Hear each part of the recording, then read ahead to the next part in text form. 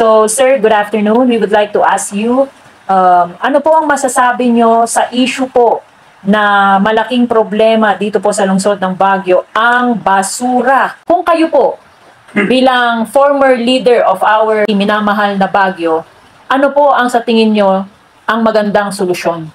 Well, talagang kung hindi pwedeng dalhin sa kapas karna, hindi rin pwedeng dalhin sa Ordaneta, then we have to go back to the Turon method of disposing the garbage. Alam mo, nangyari yan during my time. Nangyari yan. Anong ginawa natin? Pumunta lang kami sa as far as eastern part of Pangasinan. Meron kaming gustong bilhin na lupa dyan na gawin sana na infinite sanitary landfill. Pumunta kami sa Season Pangasinan, nag-demonstrate ng taga-Season. And then, sa Rosario, La Union, yun yung last na ginamit namin na naman may nag-object, so hindi natuloy. I do not know kung bakit hindi na tinitingnan o ipo-consider yung binigay ng Benguet Corporation, open area, na minina ng saan tamo open area, minina ng Benguet Corporation. We have signed use of track agreement. Nasa nila naman ng records between the city and Benguet Corporation na ipapagamit yung Benguet Corporation na ng 25 years na walang dala. Yun. Bakit hindi natin tingnan yan? At siguro, maliban pa yan, may possibly na ibang lugar that they can consider also, consider as the possible area in that nagagamitin natin in the meantime.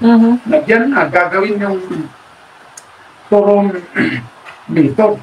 Ito yung style ni, in fairness, into his credit, si former barangay Mangunong of Luacan Central. So, siguro, yun yung isang ano. Attorney, when you say Turon, can you please elaborate or expound it more? Gagawin nila, yung nabubulok, talagang nilalagay nila sa binabalot yan as it is Turon. And then ikakamada nila, will later on be harvested as fertilizer. At yung hindi nabubulok, well, of course, siguro i-arrange na lang siguro yung pagtabi sa lugar na pwedeng paglagyan. Okay. Sir, ano pong masasabi nyo dito naman po sa usapin patungkol sa waste to energy? Kayo ho ba, sang-ayon po kayo dito sa binabalak na ito ng ating lungsod ng Baguio? We have always been supportive of waste to energy. Ngunit, yung isang hindi ko maintindihan, bakit lumalayo tayo? Why can we not utilize again yung Antamok open pit area na may use of track agreement na pinirmahan natin? Actually, ganito ang nangyari dyan. Yung unang in fairness, nagpapasalamat tayo sa Benguet Corporation. Yung unang binigay ng Benguet Corporation was 25 hectares. Yung kailangan lang ng waste to energy, 2 hectares actually. 2 hectares. Ngunit sa batas, yung area must not be within 300 meters radius to a creek or a river. I get it. So, alright, palagi kaming nakatutok dyan because we like to address yung garbage disposal system ng Baguio. At sana, huwag natin makalimutan si Apo Environmental Management Director, Digamo, at talagang nakatutok naman na sumasama, tumutulong sa atin yan during that time.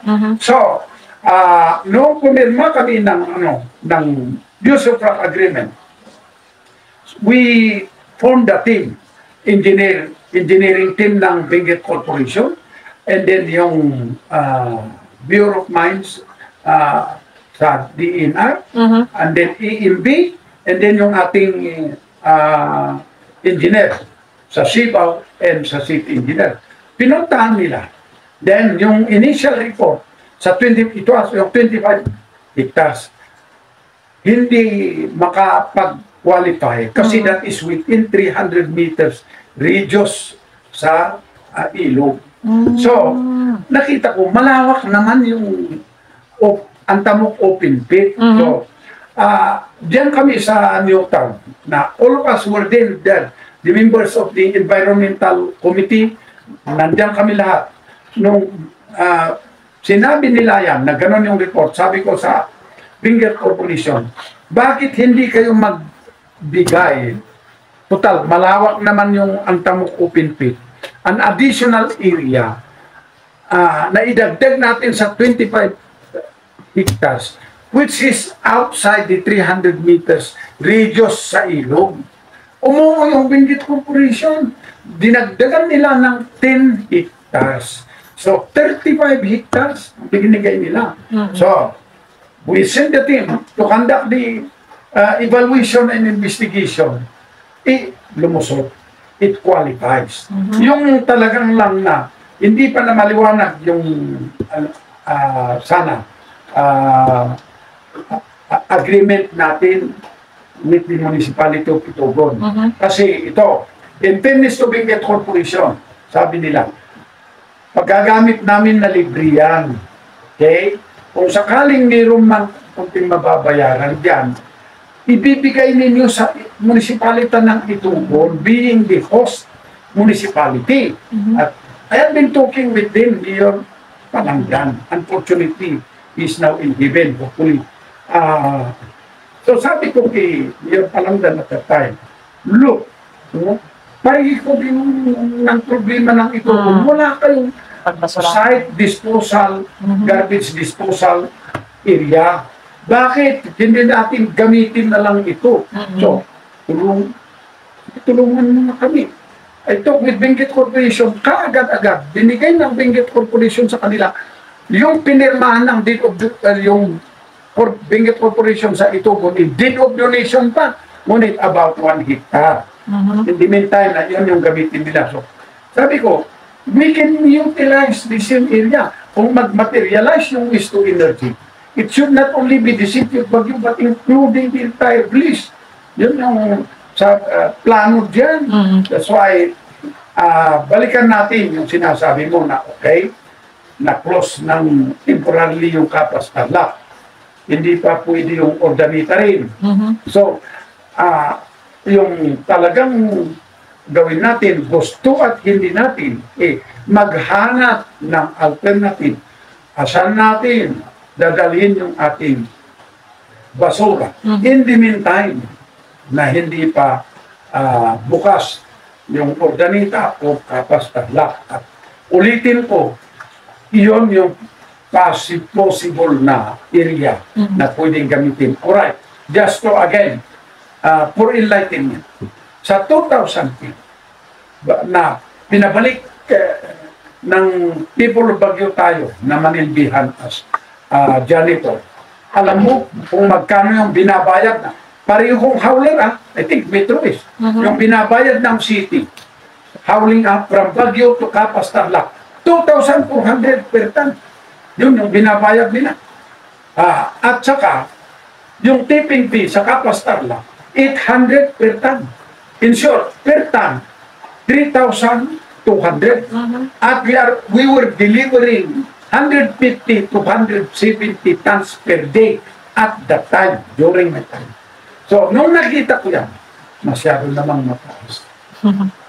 Subukan na natin na maghanap ng ibang howler who can help the city do the job at in lower rate. And then, pinit natin, nakipag-bid si Mark Anthony Camilo of Irisan, 940 lang. Imagine the difference. 2,400 to 940. Oh, yeah. Na ito yung rate na binabayaran natin when I left the city government. What is unfortunate na narinig ko, I hope na siguro yung tingin nila mas advantageous sa city government. Ngunit hindi ako makumbinsit yan eh. Okay, pinalitan nila si Camilo, okay lang, walang problema dyan. Ngunit, nagtataka ako kung bakit na, alright, binigay nila sa Metro West na tinaasan yung howling fee. Na meron naman yung 940 pesos per ton. Siguro tingnan ninyo yung records ng accounting. Parang alright, yung tipping fee sa kapastan. Sabi ko kay Apo Kulay ko, boss, I do not know if he is still the president. Masyadong mataas yung 800 na tipping fee. Maghanap kami kung asan namin dadalhin. Then, in short, he agreed na ibabahan namin ng from 800 to 500. Second alternative, maliban sa Antamo open pit. Meron yung mga howlers ng kanilang negosyo, yung nga basura, hindi taga-organita. Why can we not contact him parang if there's a way na ibigay natin sa kanya yung basura? Kasi howler ito eh. Asan niya dinadala ngayon ng basura niya? Parang dyan na lang natin dadalhin. Yung ating kasi I think nearly half of Tarlac, part of Pangasinan, and part of Nueva Ecija, siya ang nagdi-dispose ng kanilang basura. Pero may I ask, where is that paper? Yung dito po sa open pit sa ito. Nasa General Services, duly notarized yan. Which with the city government. That's why, noong narinig ko na yung kinoconsider nila na area where waste to energy will be placed, will be in Sablan. Nagulat na ako kung bakit. Hindi nila ituturo yung Antamo open pit. Binigyan naman niya libre yan eh. I don't know kung ano yung condition sa Sablan. Okay, attorney, how important is a public acceptance and a public consultation? Yun na lamang po, kahuli-huli ang tanong. Importante ma-achieve natin yung public acceptance kung gagawa tayo ng honest to goodness consultation. Okay. If you will recall, sinabi ko nga na as far as Antamo open pit is concerned, yung isang hindi pa malinaw yung sana itutuloy yung city. Tutok with Itugon, ayusin nila. Yan. Kung may resolution ng Itugon dyan eh. May resolution na, in short, seeing na, unless na it passes this requirements, hindi kami uupos. That's the tenor of the opposition. Kung basahin mo yung sinabi nilang objection nila, those are requirements ng environmental safeguards na hindi natin pwedeng i-operate yung Antamo open pit na hindi tayo makakuha ng permit from DENR na susundin natin yan kasi requirements yan eh. Yung siguro hindi malinaw na dapat pag-usapan magkano ba ang ibibigay natin sa Itugon as host municipality. Dapat we should explore those possibilities. Public acceptance is very important and makukuha natin lang yung public acceptance kung may honest to goodness public consultation na sasabihin natin yung totoo. That will be the tenor of the project. Ganun naman yung dapat eh. Hindi naman pwede na you do not allow the participants to participate. That's not an honest to goodness consultation. That is dominance. And dominance is tyranny. I am sorry to say.